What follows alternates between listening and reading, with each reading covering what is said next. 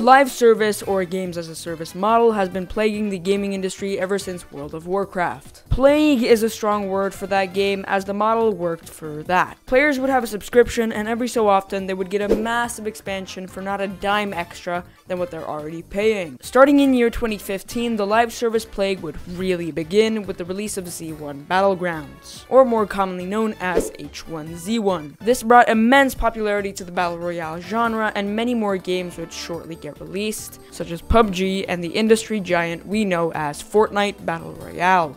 The thing is, players wouldn't pay a subscription and get new content in return. The games would be sorta regularly updated, but the games would be free. Obviously, the devs need to make money, and this is where the problem comes in: microtransactions. Games such as Fortnite have a regularly changing item shop where the players can buy cosmetics such as skins and emotes. You're probably thinking, if the games are free and the purchases are only cosmetic, then what's the issue? Well, if everyone has a sick skin and you're roaming around with a skin intentionally made to feel like you're different or just, not as cool, it's not so weird that you end up spending money. Fortnite isn't that bad since the items are just cosmetics and they don't affect gameplay in any way, but Star Wars Battlefront 2 is very different from that. The game locked so many characters and abilities behind loot boxes. Keep in mind, this game is $40. The loot boxes were keeping very powerful characters, buffs, and abilities behind a paywall. It got so bad that governments started stepping in.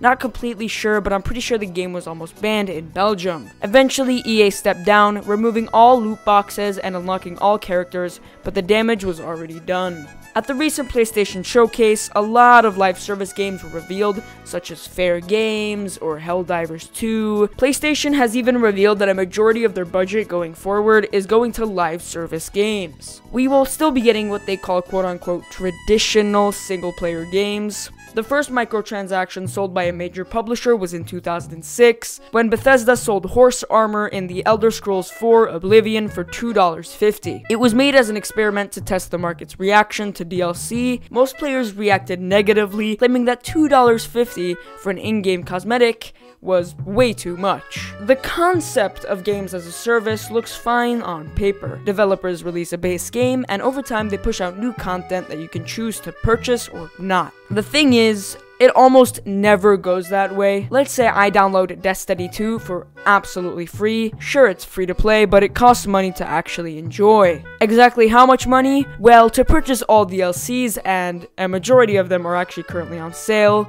it would cost you €247, which is about $260. Yes, I can choose to just buy one DLC, but what happens when I start playing with other people? I'm probably just gonna get left out because I don't own all of the gajillion DLCs. One of the biggest live service failures in recent memory is Babylon's Fall. What the hell? The game got very bad reviews. It released in March of 2022, and it only got 485 reviews on Steam. The game also ended its live service on February 18th, 2023. Keep in mind, the game isn't made by some guy in a shed. It's made by one of the biggest gaming companies in the world, Square Enix. So 485 reviews on Steam is absolutely horrid. The recommended system requirements went like this: an RTX 3060 with an 11th gen i7 processor. Keep in mind, the biggest complaint most people had was the art style and graphics were terrible. Not like buggy or not optimized, just bad. Apex Legends is also a pretty neglected game. They have no solo mode, then they try to blame it on the characters in the game being too reliant on each other. But the mobile version of the game has solo mode. Had solo mode. Cause that version of the game was shut down on May 1st of this year. The people working on this game must not give a shit about the fans, cause they don't listen to them at all. The servers for the game are also horrid. The server tick rate is 20 Hz.